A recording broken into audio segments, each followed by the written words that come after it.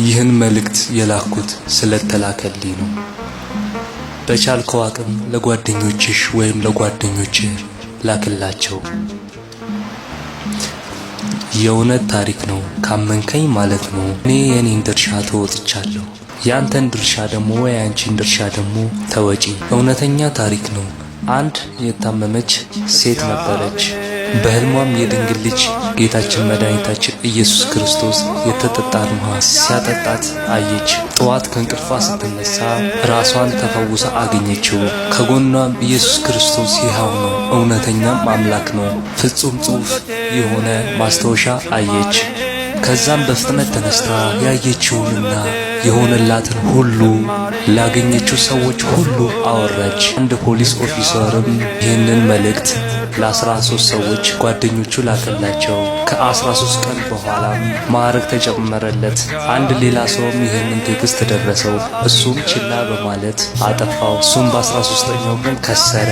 እባክህን ይህንን መልእክት ለ13 ሰዎች ከዛ በላይ አስተላልፍ፣ አድርስ እና እመነኝ የሆነ ነገር ለሕይወት ይከሰታል። ይቅርታ ስለረበሽኩ፣ እኔ አምላክህ ነኝ። ለአንተ ጊዜ አለኝ፣ ልባርክህ እሻለሁ። እባክህ ከሕይወት 30 ደቂቃ ብቻ ስጠኝ።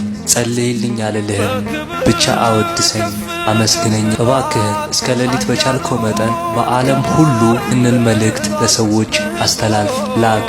ይህንን መልእክት አታጥፋ። በሚያስፈልግህ ሁሉ ልረዳ እሻለሁ እና በረከት ሁሉ በእጅህ ነው። እህኔ የድንግል ልጅ ለአንተን ለትልቅ ነገር ሊያዘጋጅ እየፈተነ ሊሆን ስለሚችል መልእክቱን ችላ አትበል።